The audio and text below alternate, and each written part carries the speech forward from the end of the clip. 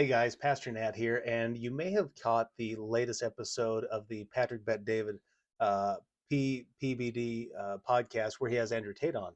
And funny enough, in that episode, Andrew Tate actually calls me and another pastor friend of mine who we have a podcast here, Faith in Real Life podcast, calls us out because we said a few things about toxic masculinity, misogynistic abuse that Andrew Tate promotes. So here's what Andrew Tate had to say about us, and then stick around because after that you'll see what we actually said, and then you can actually download the full episode of our podcast so you can see the full discussion there.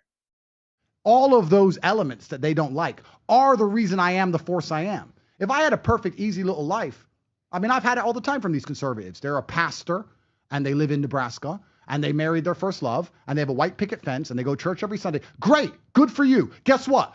Most men in the world don't care what you say because there's no light without dark. And I have enough dark to bring the light. So you have to stop seeing me as your enemy because I don't live the same life you do. That's the reason I have the impact I have.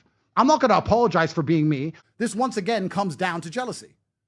The pastor in Nebraska is jealous of me because I will always have more kids than him because I can bake more bread because I have more ovens. You can be mad.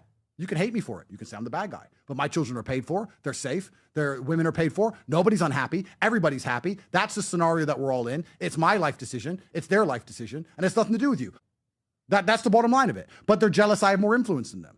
If any of these little pastors or any of these little conservative accounts had any actual influence over the needle or over society, they'd be in jail or they would have caught a case. But, I think with, Andrew Tate, you have, again, this pendulum swing where, okay, men are supposed to be overbearing, smoke cigars, be buff, be controlling. Wives are not allowed to drive. Women are not allowed to leave the home.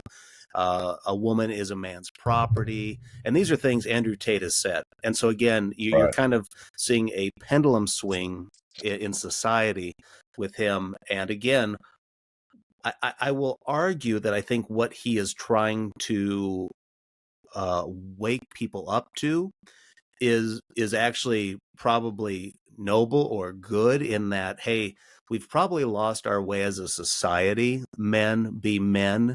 Women, it's okay to be women, and for a man to open up a door for you, and for a man to help lead his bride and to care for and provide.